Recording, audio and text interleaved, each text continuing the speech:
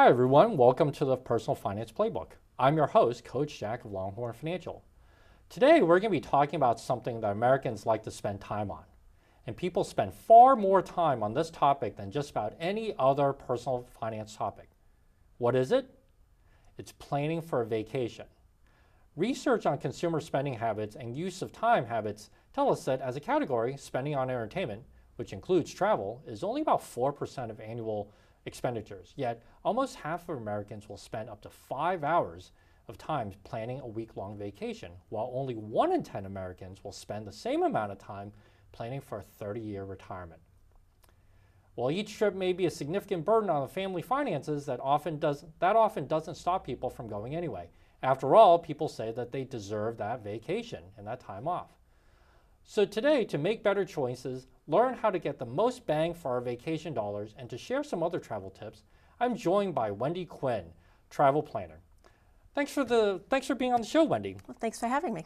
Appreciate your time and coming up and talking about those great topics. So let's get right into it. So Americans are well known for working really hard and actually not taking enough vacations. But you're a big proponent of people taking vacations. So why are taking vacations so important for the average worker? Taking vacations really alleviates stress. People often think of vacations as a luxury, but there's a lot of articles and a lot of studies now that say that there's numerous health benefits to taking vacations. And it benefits not only the traveler, but also the employer.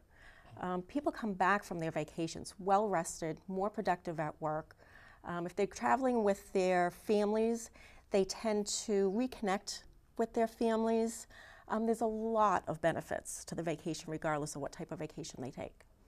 Okay, so that makes a lot of sense, right? You recharge those batteries and such. So in your experience, what are some of the more popular destinations? I understand vacations can take all forms, and we'll talk about that later, but just in your experience, what are some of the more popular destinations that people will go to? Popular destinations now, Punta Cana in Mexico. Those are great values. They're great price points for families. They have a wide range of all-inclusive resorts. So they have activities and camps for the kids and entertainment for the adults. So it's a great vacation for the entire family. Okay, so Punta Cana, so I've certainly heard of that. What about, let's go sort of the opposite end of the spectrum. So again, in your experience, I know you've been doing this for a while, what's a great destination that perhaps is often overlooked, but maybe people should consider more? Costa Rica. Costa Rica is a fantastic destination. It's a little bit different. It's not the sit on the beach all the time type of destination, but it's active. Jamaica is another destination that is popular, but there's also a lot of things that you can do in Jamaica that's a little bit off the main things. They are coming out now with cultural experiences and all different things. A lot of destinations are now offering experiences that you can experience the culture where you are. Okay, so it's not just about going or getting away, but what you're saying now, it's more about getting a little taste of that culture, if that's what people want, right? If that's what people want, but I'm finding that is what people want now. Some people like to come back and say, I did something different. Guess what I did? Instead of telling the same thing that everybody else did, they're coming back with stories that are unique to them. Okay, so let me ask you sort of a follow-on question in that. So you've named some great international destinations. When people think of vacations, of course, at least within the U.S., you think of things like Disney or New York City or whatever. Same question in terms of maybe an overlooked destination, but within the U.S. Would you have maybe a tip there of something that maybe is overlooked? Arizona. Arizona is a beautiful destination. Say also, even depending on the age of the traveler, there's the Grand Ole Opry, anything like that, anything that is historical, maybe. There's a lot of destinations that aren't necessarily going for the beach, but that could be historical destinations or a lot of different things that will have the different interests, whether you're hiking or like the beach or wineries, even Santa Barbara, someplace like that. Someplace that might be different that really offers something that is for your individual interest. Now, when we think about vacations, I know when I think about vacations, it ranges from just that weekend getaway. A lot of people will talk about the weekend getaway where they're going down to Martha's Vineyard, Nantucket, or to the Cape, all the way to the 1 week, 2 week excursions where they're going outside the country. So granted, there's a lot of different types, but talk to us a little bit about the different types of vacations or packages, for the lack of a better term, or types of trips that people can sort of go on, to these various destinations. There's a wide range. You can do cruising. Cruising is a great way to get a taste of different destinations. And there's Caribbean cruises, there's European cruises, Mediterranean. There's a lot of different destinations that you can choose. I think a lot of people just jump to the Caribbean because it's cold here, and they think warm. But Alaska in the summer, you can do a cruise. So that's another option.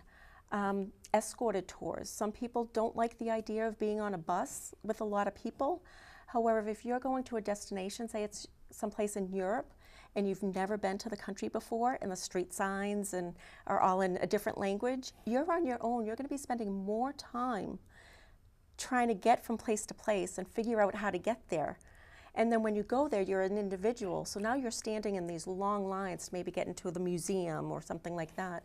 But if you're on a bus and you're traveling, you're going to make sure you see all the pertinent attractions to the location that you're at. And going in a group is going to bring you up to the front of the line. A lot of times they have special access to certain events. And then the group travel on the bus, really you become, in many cases, you become a family almost. Everybody knows each other, and I have had clients that have come back and said, oh, I met so-and-so and we're going on this trip next year together. Okay. Yeah, so it really is a great way of meeting people because the people that you're on the trip also have the same interests. Right, and I can imagine, I've done some international travel myself, and I can imagine that if you're in a location that you're not necessarily familiar with and you're trying to spend some time translating street signs, that's not the most relaxing thing, right? That can be very stressful for people. Exactly, exactly. And a lot of people think that, oh, I can do it myself, but wouldn't it be so much easier if you didn't have to? Right, if you don't have to really think about that, right. So you talked a little bit before in the beginning about wellness, in terms of coming back relaxed, batteries charged, not only good for the individual, but also good for the employer. What are some trends now in travel? You mentioned that, you mentioned a little bit about sort of immersion and culture, but what are some of the different themes or trends that you're noticing in the industry? I noticed that there's a lot of resorts and cruise lines focusing on groups as far as girlfriends getaways, celebration travel, the wellness in a sense of doing something that is fulfilling, not just weight loss and yoga, but activities that people find makes them happy. It can be hiking. Some of the excursions are more geared towards activity versus, just going on a catamaran and drinking rum punch. So let's not discount that, the quality of that. Well, those are fun, but a lot of people may want to go hiking, or they may want to go kayaking, or so you can really find a balance. But the cruise lines are offering better cuisine. They offer different meals that are geared towards the health-conscious traveler. You can find something for everyone, regardless of the type of travel or their interest.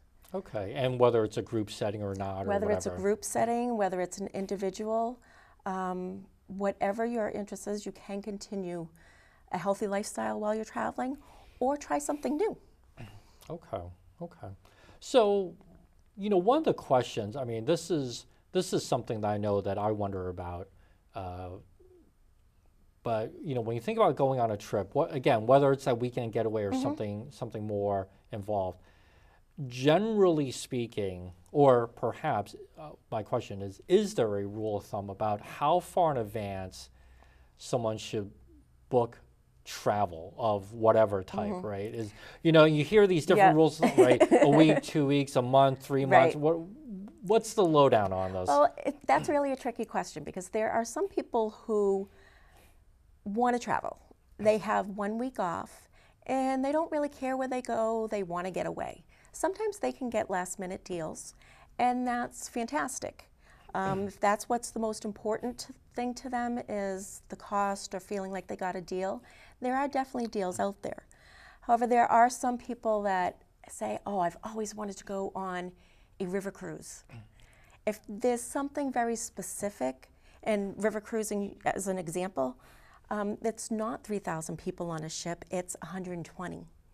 And those sell out in advance, so they book in advance. So if there is something that's very specific, or you need to go away school vacation, that is definitely something I would not wait till the last minute. Right.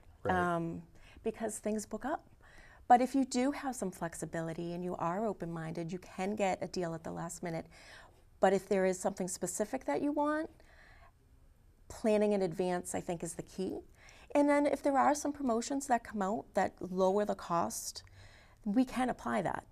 So if you book a year in advance and 6 months later they come out with 20% off, if what you've booked applies for that, we can get the price down to that price. Okay. Yeah. Okay, so, you know, you bring up some interesting points, you know, about depending on the type of trip and what kind of flexibility you have, you know, school vacation. Exactly. I mean, you know, especially where my wife is a school teacher. So if we want to go on a trip, it's during school vacation or nothing, right? I mean, it's pretty obvious. So it sounds like there are a lot of variables. And so I know for what you do, and especially in this day and age with the internet, right? So much information is available on the internet. You have TV commercials, websites where people can handle a chunk, a good portion of these arrangements. So let me ask you, so where's that line, or at what point should someone perhaps consider working with a travel planner such as yourself versus sort of doing it on their own? You know, where's that, if there is a line, you know, sort of where's that line, and what are some of the benefits that perhaps people can realize by working with a professional such as yourself that maybe they can't get by doing it themselves? Well, we save them a lot of time. And by saving them time, we can also save them money. I mean, there are many people, and I don't know about you, and I've even done it.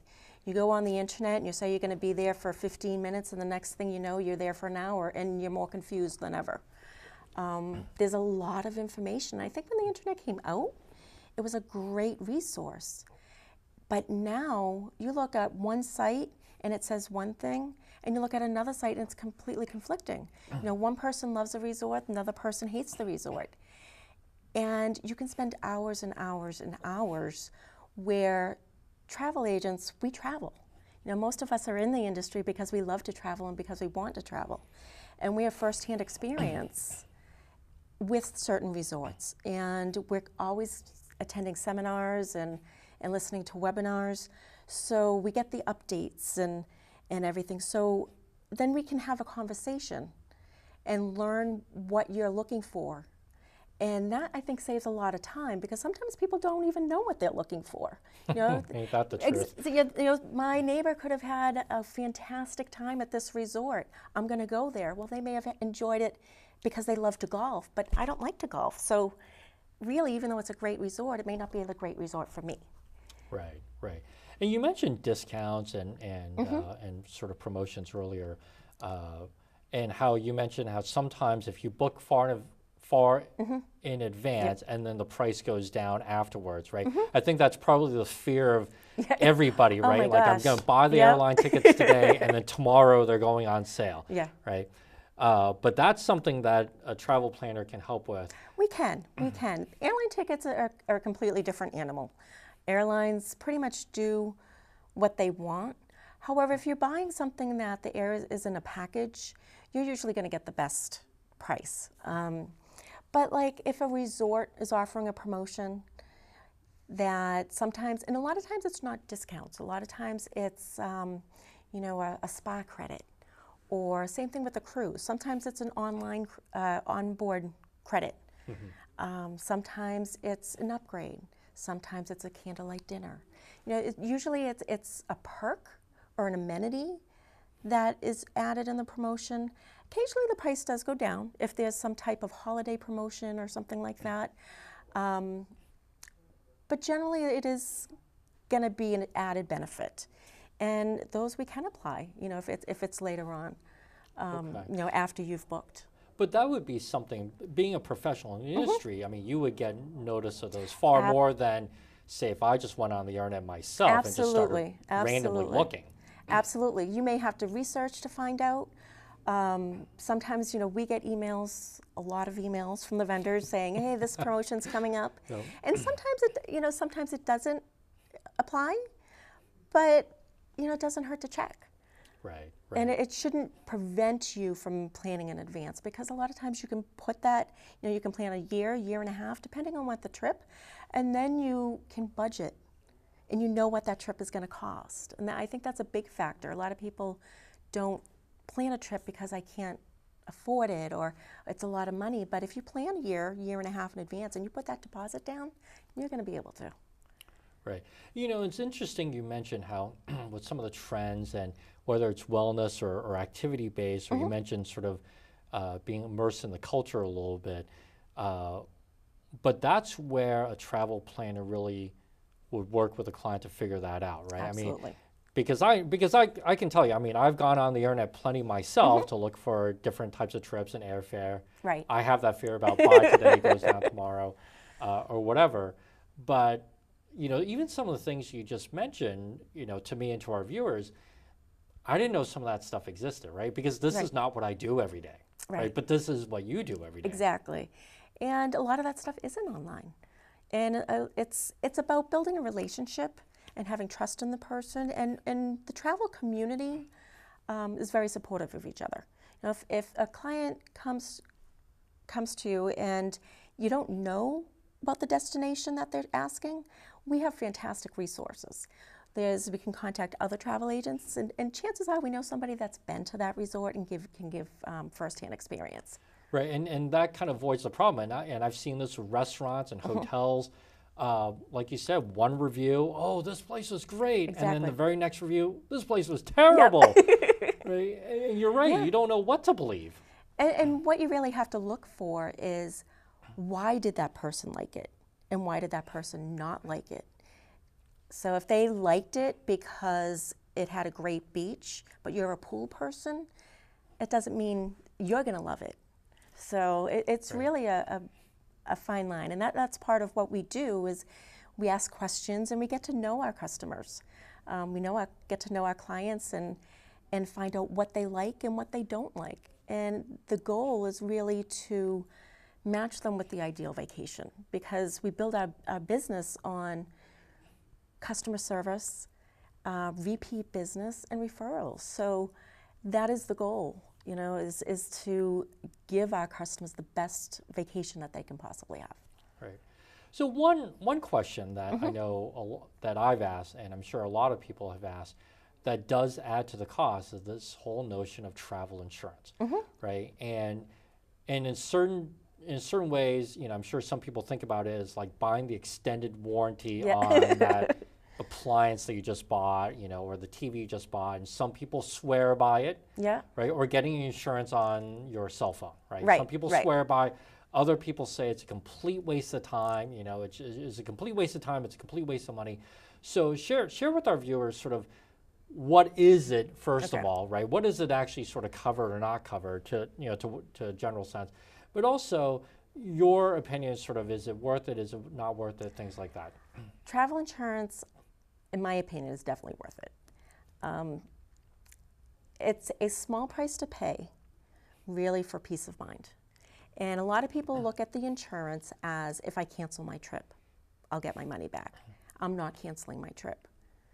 But there's also covers while you're traveling. And if you're traveling in an international country, your health insurance is not going to cover you. There have been instances, and this was something that was just online not that long ago. A woman went into labor. They had to give their credit card before they would even let her through the door. Wow. So, because they didn't have insurance. So in that case, I mean, I have a client that had a death in the family. They had to come back. They had to buy a new ticket, and they lost the value of the remainder of their vacation. But they had travel insurance. So the travel insurance reimbursed them for the new ticket coming home and the amount of their trip that they didn't get to take. So it's a lot more than if I cancel my trip. It's if something happens while you're away. Now you have to look at the travel policy. Sometimes they're offered by the cruise line or the tour company, and there are a third party, and compare the pricing and compare the offerings. But that's something that we would do for you. But it's definitely, I mean, you never think something's going to happen. You never want anything to happen. But that one time that it does and you don't have travel insurance, it could be devastating.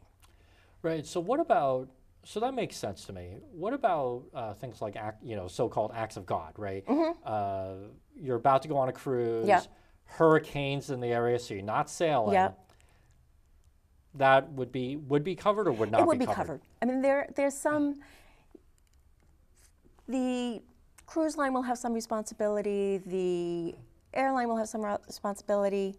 They'll try and get you on the next flight to your cruise and whatever they can do.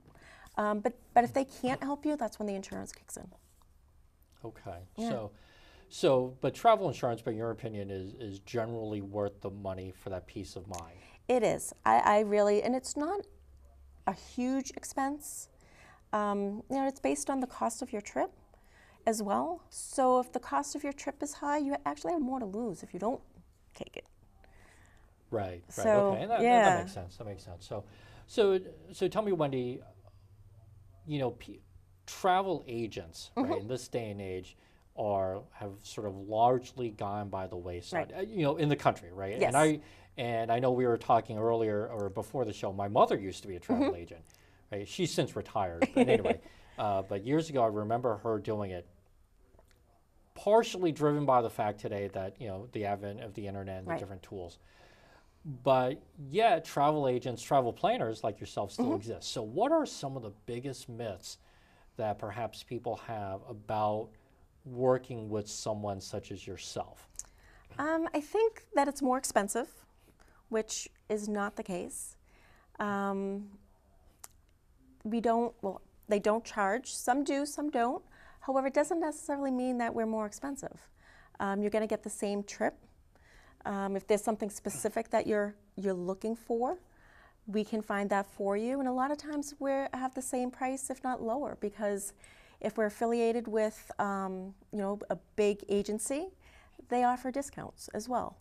That we're going to try and get you to go to tour companies that are going to pay us more, and that is definitely not the case. We work with preferred vendors, preferred cruise lines, and we use them frequently because we have customer satisfaction with them, because they're good.